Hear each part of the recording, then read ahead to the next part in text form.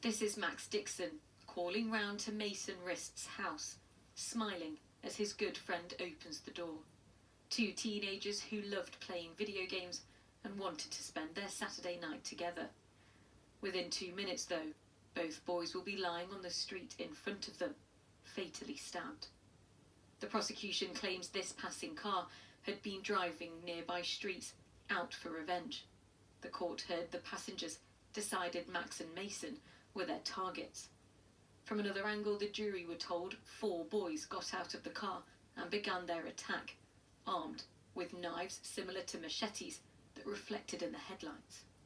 Both boys were chased up the street towards Mason's home. The 15-year-old was stabbed first and collapsed to the floor. Max, who was 16, was chased further up the road.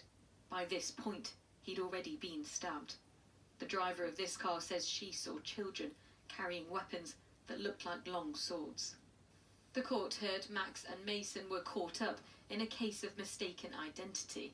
Earlier that day, bricks were thrown at a house in the Hartcliffe area of Bristol.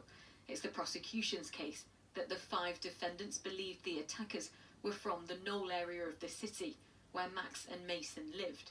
2 parts of Bristol the court heard with a known rivalry. The prosecution say the 5 defendants had been driving these streets for nearly 15 minutes when they passed Max and Mason here.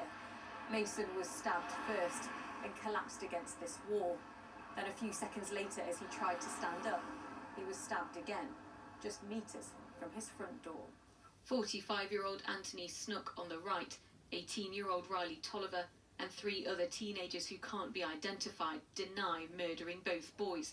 The youngest defendant, who's 15, has pleaded guilty to murdering Mason but not Max in an attack that lasted just 33 seconds. Sangeeta Lal, ITV News, Bristol.